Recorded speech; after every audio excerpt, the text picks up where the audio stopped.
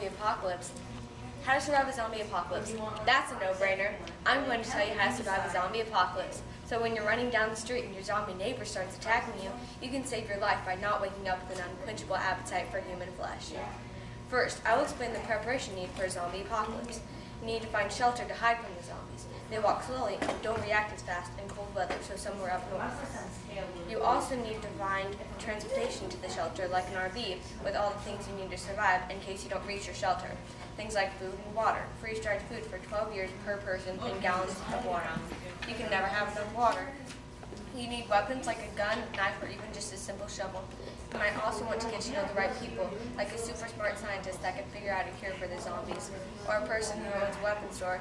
You also need gas and lots of it, so you can save up until the impending doom comes. What to do when the world comes to a sudden end. As fast as you can, you need to get to your shelter by your RV or any other transportation you can get to. If you don't have a shelter planned out, you need to either stay where you are, depending if you live in the type of area I described, or if you live nowhere near a place that would work, then you need to go underground or in a military base if you can. Once you're in your shelter, find any humans that remain that are not in your band of family, friends, and or scientists.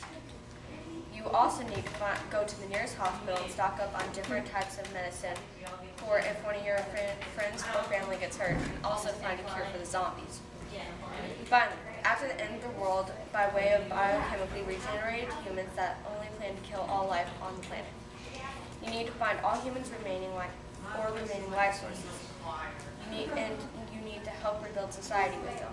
It usually takes somewhere between 6 months to a year to rebuild. You will need teachers who can teach the next generation and a group of elders who will be your council or government. After that, you need to build safe zones where you can go to if another zombie apocalypse happens. Finally, you need to make sure that the zombies won't come back by either injecting the cure into the remaining humans or any other way you can think of. I just taught you how to survive a zombie apocalypse. I told you about preparation for a zombie apocalypse, what to do when the world comes to a sudden end, and what to do after the end of the world by way of biochemically regenerated humans that only plan to kill all life off the planet. So the next time you hear about the numerous cannibalistic attacks going on around the world, you can be ready when your best friend seems to be hugging you a little bit too long.